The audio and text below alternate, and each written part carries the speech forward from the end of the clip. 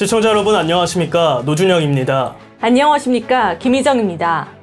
국민의힘과 정부가 더불어민주당이 쌀 초과 생산 물량을 정부가 매년 의무 매입하도록 하는 양곡관리법 개정을 강행하는 것에 대해 반대하는 입장을 재차 표명했습니다.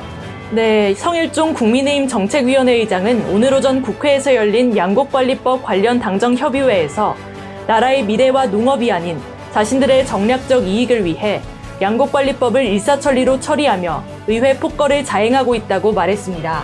네, 그렇습니다. 성 의장은 이어 양곡관리법은 대한민국을 위한 법이 아니라 전 정부의 농정 실패를 덮고 이재명 대표를 구하기 위한 정략적 법안에 불과하다고 주장했습니다. 한편 더불어민주당은 양곡관리법 개정안에 대해 19일 오전 11시 국회 농림축산식품해양수산위원회 전체회의에서 처리될 예정이라며 강행 처리 가능성을 시사했습니다. 이 시각 주요 뉴스입니다. 주호영 국민의힘 원내대표는 국회 환경노동위원회가 김문수 경제사회노동위원장을 검찰에 고발하기로 한 것과 관련해 양심에 따른 소신 발언이 어떻게 명예훼손이 되고 국회 모독이 될 수 있느냐고 반발했습니다. 그는 김문수 위원장이 그렇게 받아들였다면 미안하다고 사과까지 했는데 아무나 불러놓고 질문을 던져 소신을 따라 발언하면 고발하는 악설레를 남겼다고 밝혔습니다.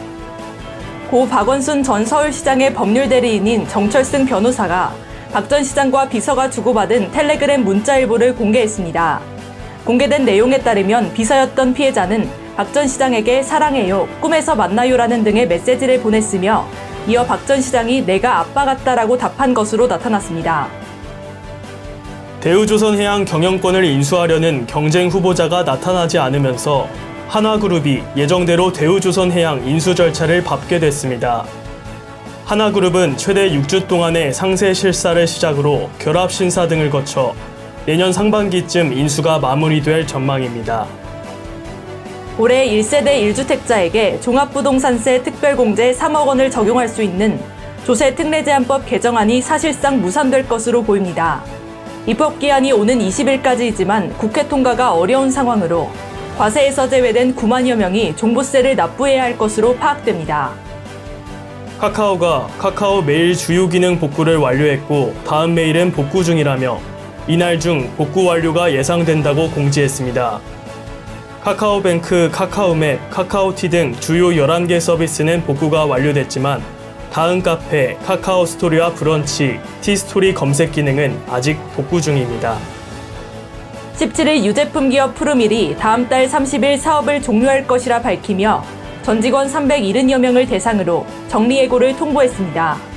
최근 매각 협상이 불발된 데다 저출산 고령화 여파로 유제품 위주 사업이 적자를 면치 못하자 이러한 결정을 내린 것으로 알려졌습니다. 러시아군의 최신형 전투기 수호이 34한대가 러시아 영토 내에서 이륙한 직후 추락하면서 아파트를 덮쳤습니다. 이 사고로 4명이 숨지고 6명이 실종됐으며 25명이 입원했습니다.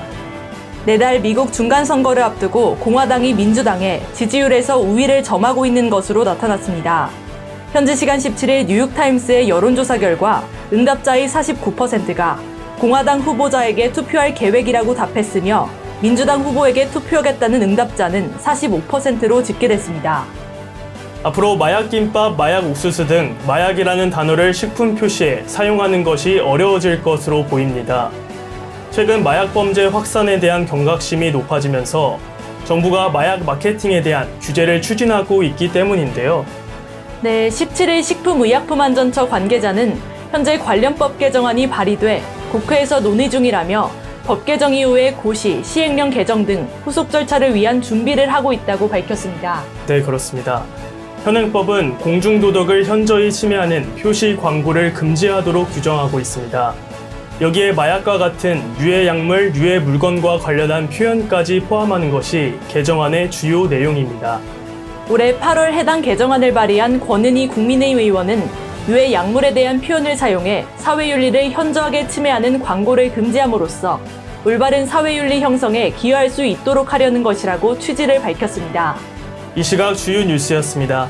오늘 영상이 유익했다면 구독과 좋아요를 눌러주시기 바랍니다. 지금까지 김희정, 노준영이었습니다.